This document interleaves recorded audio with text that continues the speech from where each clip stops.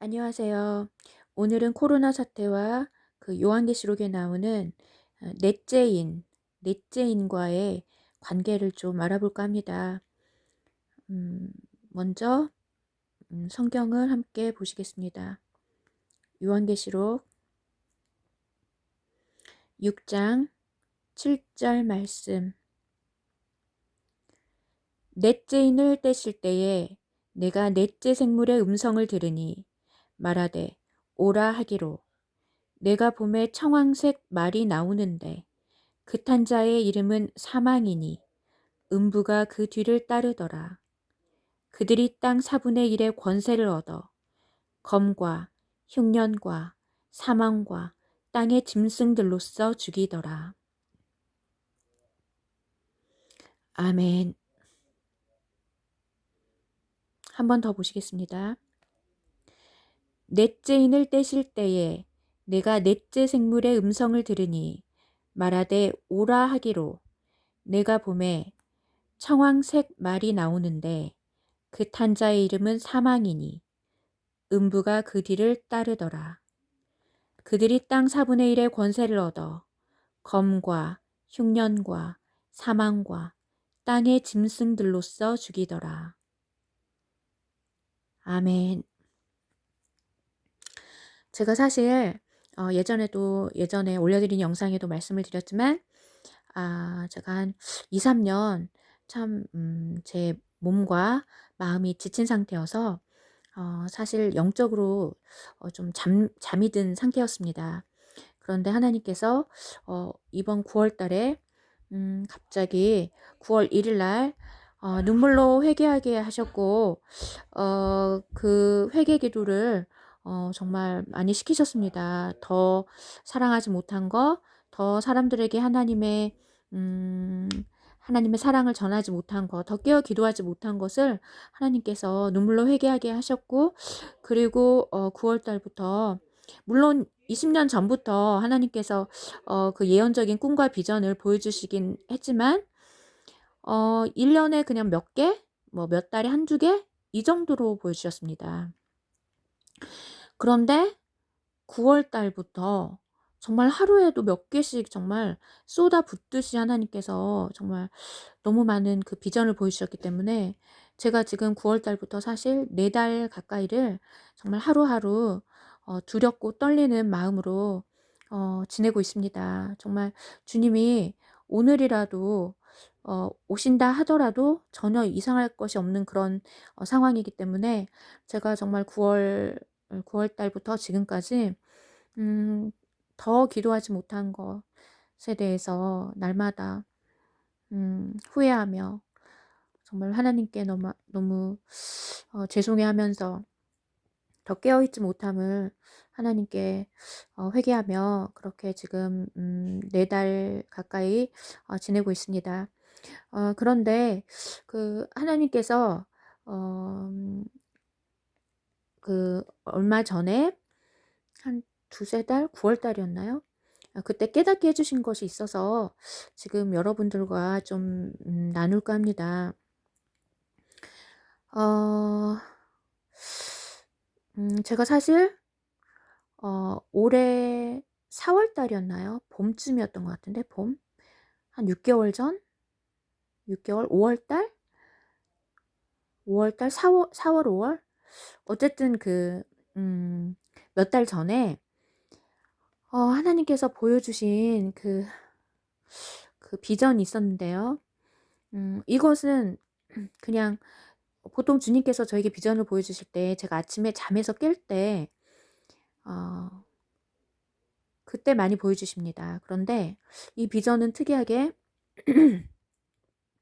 가끔 그냥 일상생활 할 때에도 가끔 생생하게 보여주실 때가 있는데요. 이 비전이 그랬습니다. 검은 옷을 입은 검은 죽음의 사자가 그 아주 날카로운 그 낫을 들고 그 서 있는 장면을 하나님께서 계속 보여주셨습니다. 그게 지금 몇 달 전이거든요. 그래서 제가 하나님은 왜 이런 걸 보여주시나 그게 반복적으로 그걸 보여주셨습니다. 그런데 제가 생각하기로 어 왜 하나님께서 왜 죽음의 사자, 검은 옷을 입고 검은 죽음의 사자가 날카로운 낫을 들고 그 서 있는 장면을 보여주셔서, 제가 그때는 그냥 '아 이게 코로나 때문에 그냥 보인 코로나 때문에 보이는 건가?' 그러고 그냥 제가 넘겼습니다. 넘기고 몇 달이 지났는데 9월 달에 하나님께서 저를 흔들어 깨우셨고, 어 어느 날 제가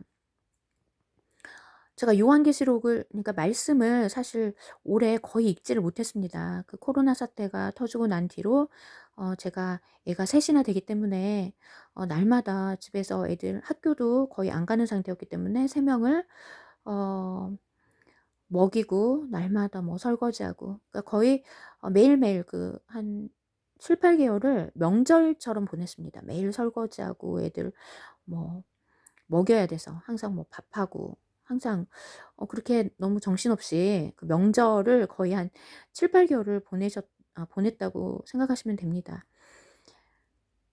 그러고 인제 제가 8 월까지는 주님께서 저를 깨워 주시기 전에 8 월까지는 거의 성경도 잘 못 읽고 이런 상태였는데, 주님께서 9 월부터 이렇게 저에게 너무 많은 것을 한꺼번에 보여주셔서 제가 어느 날 '요한계시록을 좀 읽어야 되겠다.'는 생각이 들었습니다. 요한계시록을 읽은 지도 정말 기억이 기억이 언제 읽었는지 기억이 안 날 정도여서, 제가 그 내용이 어 많이 잊어버린 상태라서 '한 번 더 읽어 봐야 되겠다.' 너무 오랜만에 정말 언제 읽었는지 기억도 안 나는데,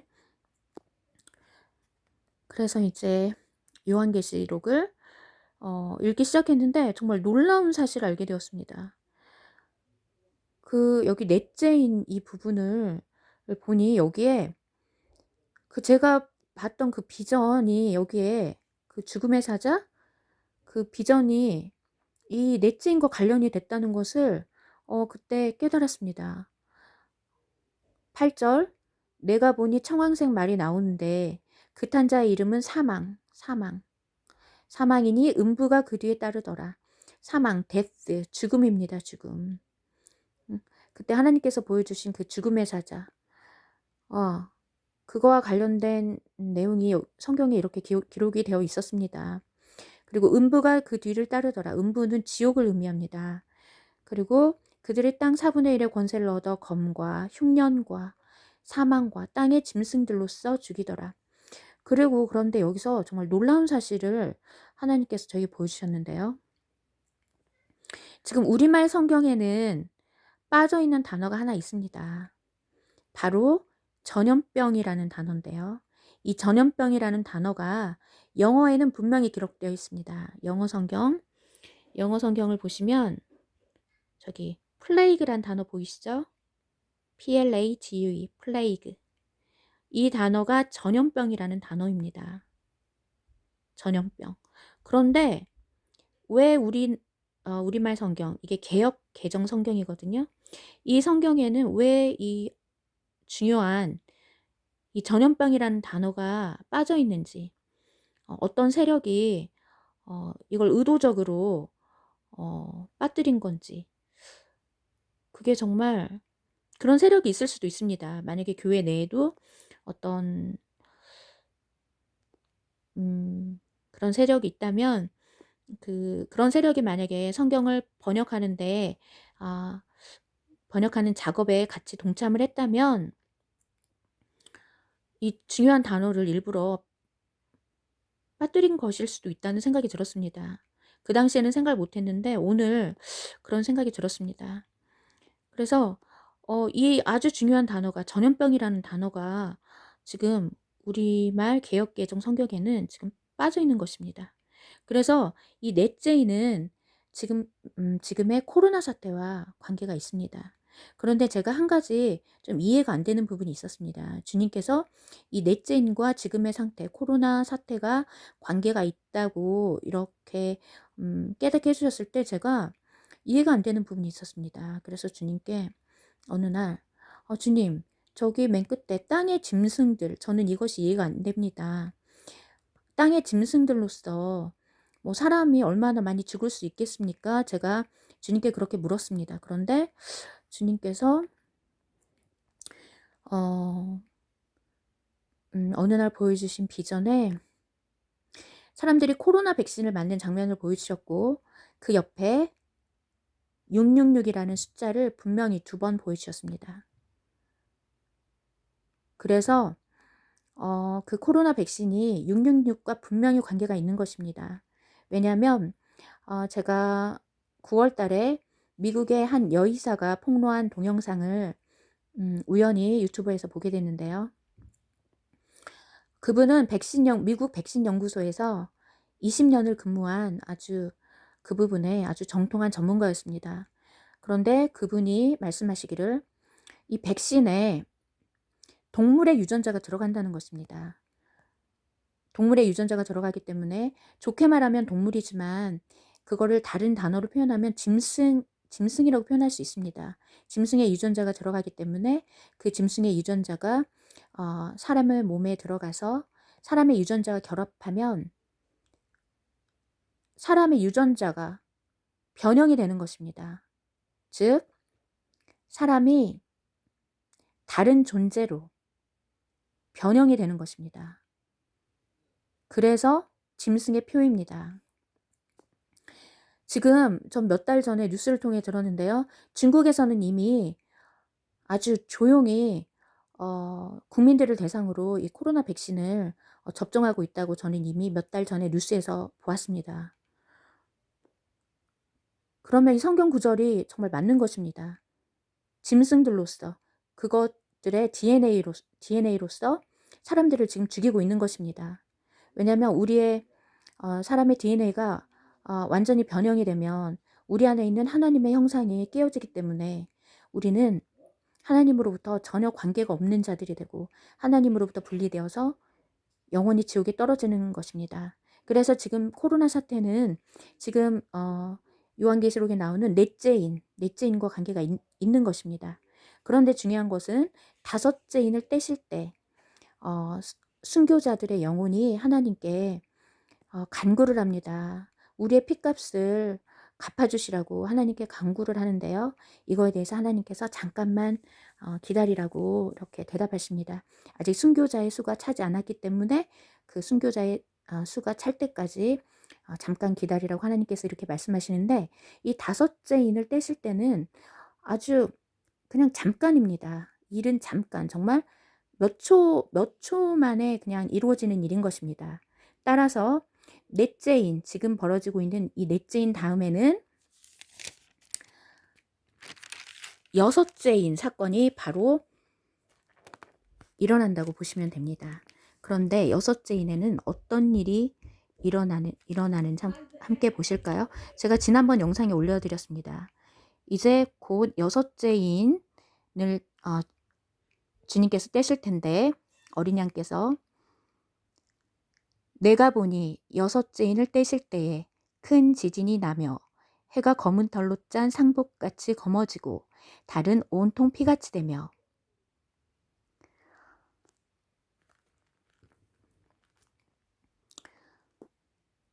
하늘의 별들이 무화과 나무가 대풍에 흔들려 설익은 열매가 떨어지는 것 같이 땅에 떨어지며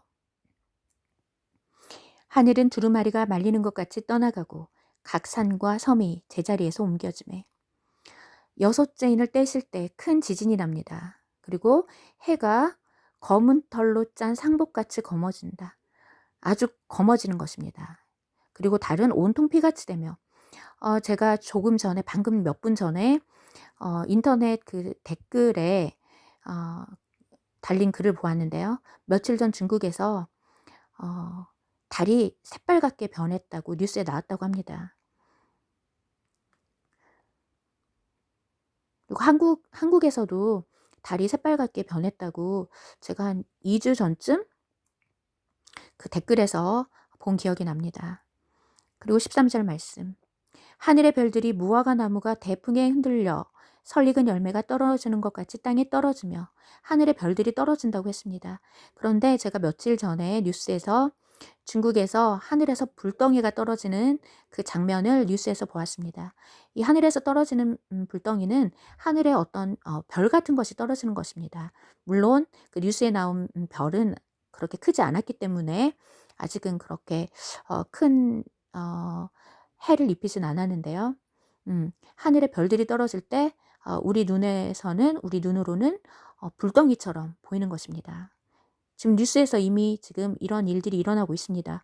그리고 몇 주 전에 2주 전 일본에서도 그 하늘에서 이런 그 불덩이들이 떨어지는 것을 제가 뉴스로 보았습니다. 지금 여섯째 인을 떼실 때 주님이 오시는 것입니다. 왜냐하면 다른 성경 구절에서도 보면 해가 검어지고 주님의 그 영화로운 날에 해가 변하여 어두워지고 달이 변하여 피가 되리라. 요엘서에도 이렇게 기록이 되어 있고 사도행전 말씀에서도 이렇게 동일한 말씀이 기록되어 있습니다.